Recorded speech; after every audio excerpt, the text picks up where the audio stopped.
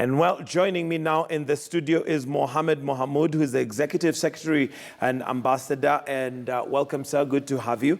And well, we do have the Intergovernmental Authority on Development, IGAD.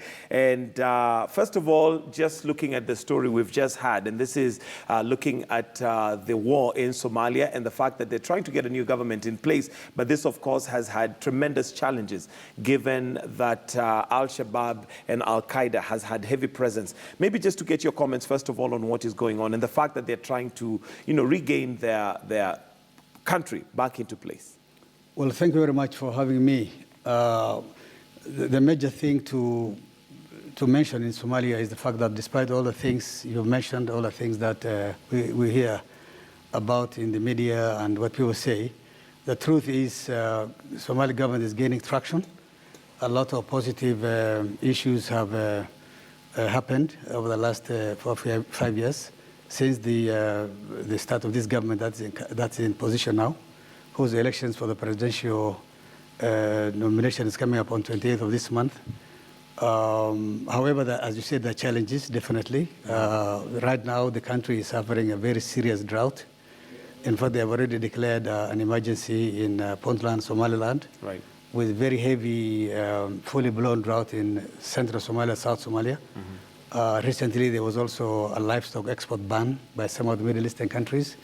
Then, as you know, the last 4 years, there has been remittances, stoppage. The kind of the remittances that really the country in Somalia and many of the other countries in the Horn of Africa have been dependent on, mm-hmm. have been stopped for a long time now. So these things coupled together has given a lot of stress to the government and those of us who work with the government. Mm-hmm. So despite all the issues that are happening positively, there are also all these negatives that is really not their fault. It's definitely a very challenging time for them. Yeah. And of course, IGAD has a huge responsibility in the region to ensure that there's smooth transition as much as it can. What is IGAD doing to ensure that Somalia finally stands on its feet?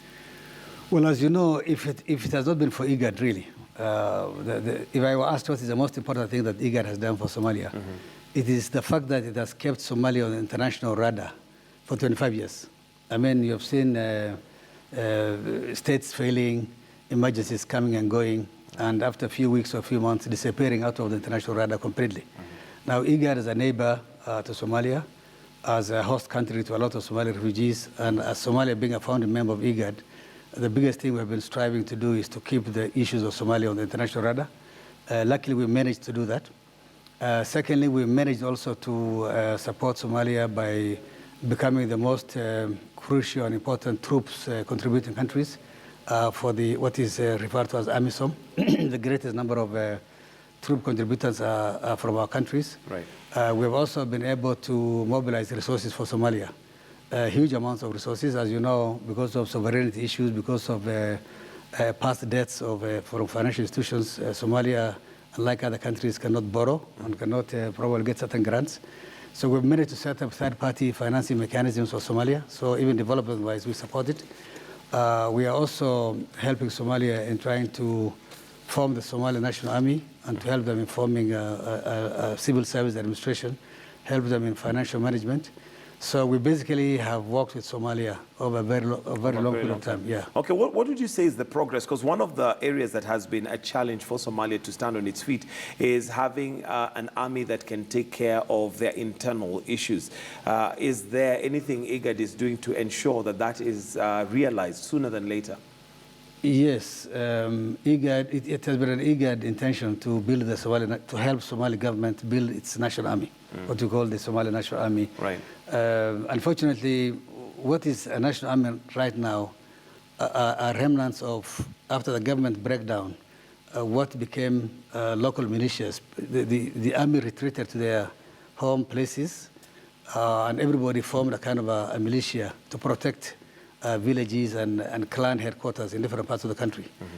So a lot of people that you refer to as an army probably will be a constitute of such people. And therefore, to have a national-wide army, as we know it, will take time. But there has been a lot of training programs that were offered in different places in IGAD, in Kenya, Ethiopia, Djibouti, Uganda. And we are trying to work on the possibility of probably getting commissioned officers, training, recruiting fresh officers, training them, posting them in different parts of Somalia, doing that to the NCO, non-commissioned officers level, and then do a post cross-transfer systems so that we have semblance of national army in different places. So we are en route for that process. And of course, come in January when we have the new government, I'm sure some of these programs that have been on for a while would be realized. Right. Now, let's move on to Southern Sudan, one of the youngest nations that we've had. And there was this feeling of hope at some point, but that dwindled when we had Salva Kiir, disagree. What do you think went wrong with Southern Sudan? Because they seem to be taking the right direction, then suddenly things, seem to take a turn. Yes, I can say that what has happened in Southern Sudan is one of the most unfortunate occurrences of events, really, that history will ever record. South Sudanese have been fighting for about 50 years for self-determination. So you can imagine spending all that capital time and lives only to come and restart it after you have achieved what you have been fighting for all that time. So it's really, just looked at it from that point of view, right. It's a tragedy by itself. However, right now the issue is such that recently we had a heads of states summit, last Friday in fact, right. a week from today, in Addis Ababa, and the heads of states were obviously very categoric that certain things must be in place for South Sudanese government to keep the collegiate relationship and the kind of support they have from the member states intact for them. And these are definitely the only string of hope that the South Sudanese can ever hang on right now is the implementation of the peace agreement that was signed through IGAD in Addis Ababa about a year ago. So that has been very slow, and we are very categoric as a red line that the implementation of the agreement must continue, because that's the only thing that we can say if done.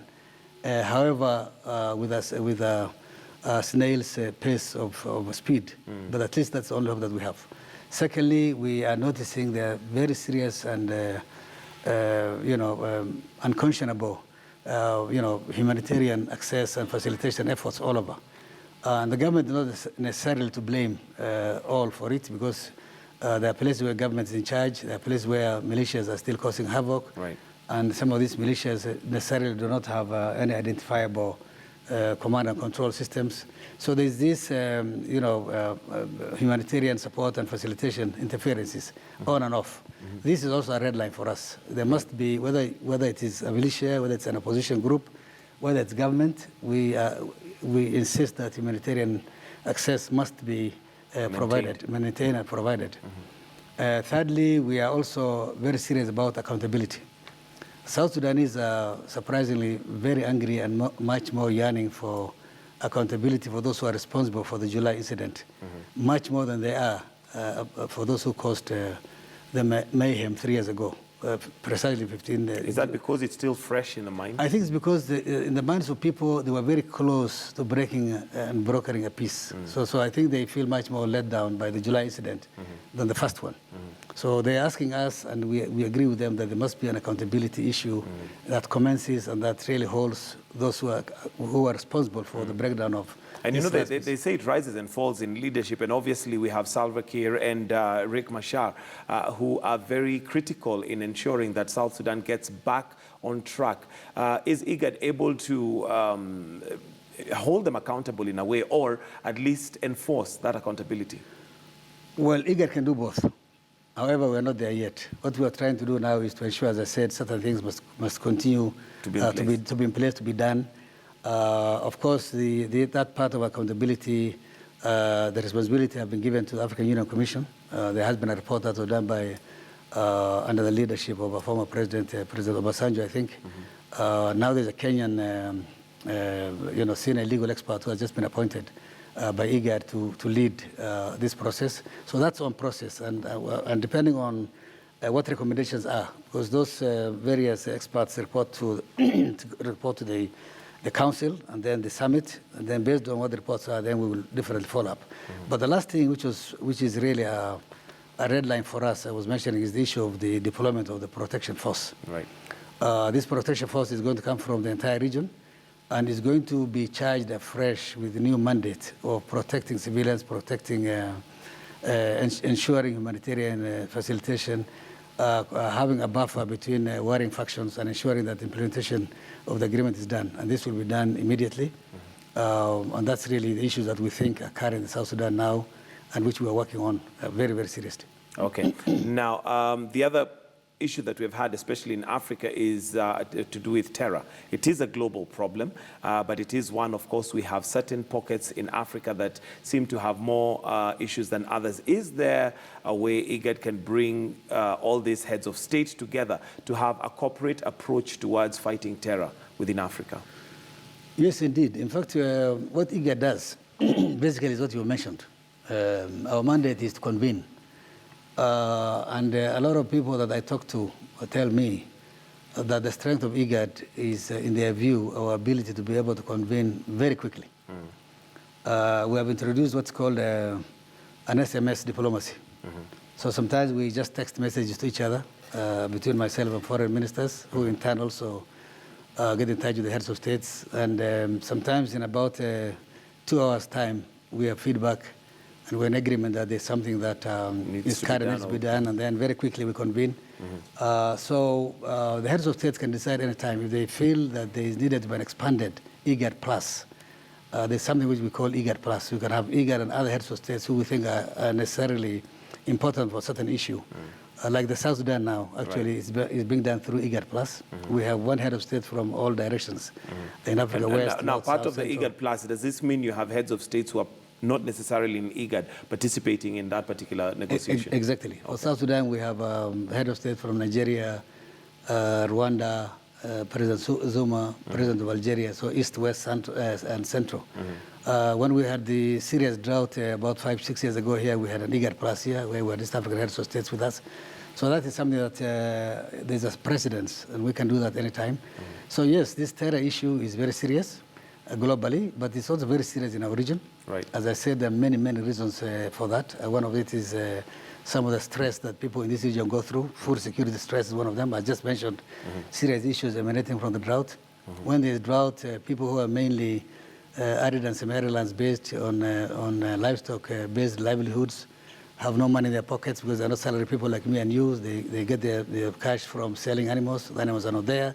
They're dying. Vegetation cover is very poor. Water supplies is non-existent. They have to walk long distances, so people are stressed. Then you have, of course, security stress. You have all these marauding youth running around, trying to rape women, stuff, kill, loot. People are stressed. Economic stress, and all these kinds of things really become an incentive for people to come together and really take up, as their only survival issues of with a common approach. With a common approach. Because I guess the stronger that the force can be. Exactly. So that's a big problem, and we are really looking at it. Now we have established in IGAD what we call an institute for countering violent extremism. We're trying to isolate from terrorism the general terrorism issue, radicalization and violent extremism, mainly by the youth. So we have a whole program running on that, where we're trying to develop counter-radicalization messages and to try and do research and identify what is it that can make a young person vibrant in his 20s with a bachelor's degree and who is not necessarily very poor, blow himself or herself up, for example. So what is it? What are all these things? The issue of radicalization. Exactly. We're looking at it afresh. So we do issues on terrorism and radicalization and violent extremism on a daily basis in the IGAD region. All right. Is there concentration given to certain countries that possibly have more attacks than others? For instance, Somalia, the main thing that has kept the government from not being formed and not going forward is the fact that there's been interference from terrorists. Yes, of course, Somalia, because of the weakness in the government and because of the fact that they have been in a stage where they were just building up government for a while, it was one of the safe havens for radical elements for a very long time. But you do know that even in Kenya here, we suffer from this kind of groups attacking us consistently for a while. There has been a break right now, but we are not necessarily very safe out of them. And we have similar occurrences of events in Somaliland, in Djibouti, in Ethiopia. So basically, our radar is on the region because they're very porous borders, and really you cannot guard the border against these insurgents. So it is that common goal, common coordination mechanisms, common understanding, common ways of cooperation between security agencies and between communities on the border towns that will do the job. Okay. And one last thing is, while the security apparatus are working on this, we also have started on the development front what we call cluster developments for the Horn of Africa, where we have places where there are common borders that cut across different countries, like what we call the Karamoja cluster, for example, which is a cluster that has South Sudan, Uganda, Ethiopia, and Kenya, for example. The Moyale cluster having Kenya, Ethiopia. The Somali cluster, that is Ethiopia, Somalia, Kenya, different clusters. The Dakhil cluster, Somaliland, Djibouti, Ethiopia, as economic macro zone areas where we are doing developments that are intended to be done collectively on a common land use planning methodology, which we think also from the development component is also going to get people to work with us better and accept some of the messages we are passing. Okay. And the other challenge that, of course, we have as a region is the presidential term limits. And we can see what is happening in some of the countries, and that has been a major point of focus. Maybe just to get your comments on that. And I know each country is autonomous. They have their own constitution, their way of doing things. But is there a general view that is upheld by IGAD in terms of what should be done, at least in terms of policy? Well, basically, in IGAD, first of all, we have a policy where we try as much as possible non-interference with the sovereignty of each country or member countries. We try our best not to be able to be seen to be infringing on what happens in countries. However, there are times when it becomes absolutely necessary for an agenda to be discussed, to become an IGAD agenda. When it reaches a stage where it's clear that an occurrence or an event in a country will definitely impinge on peace and security or trade or whatever other thing in neighboring countries.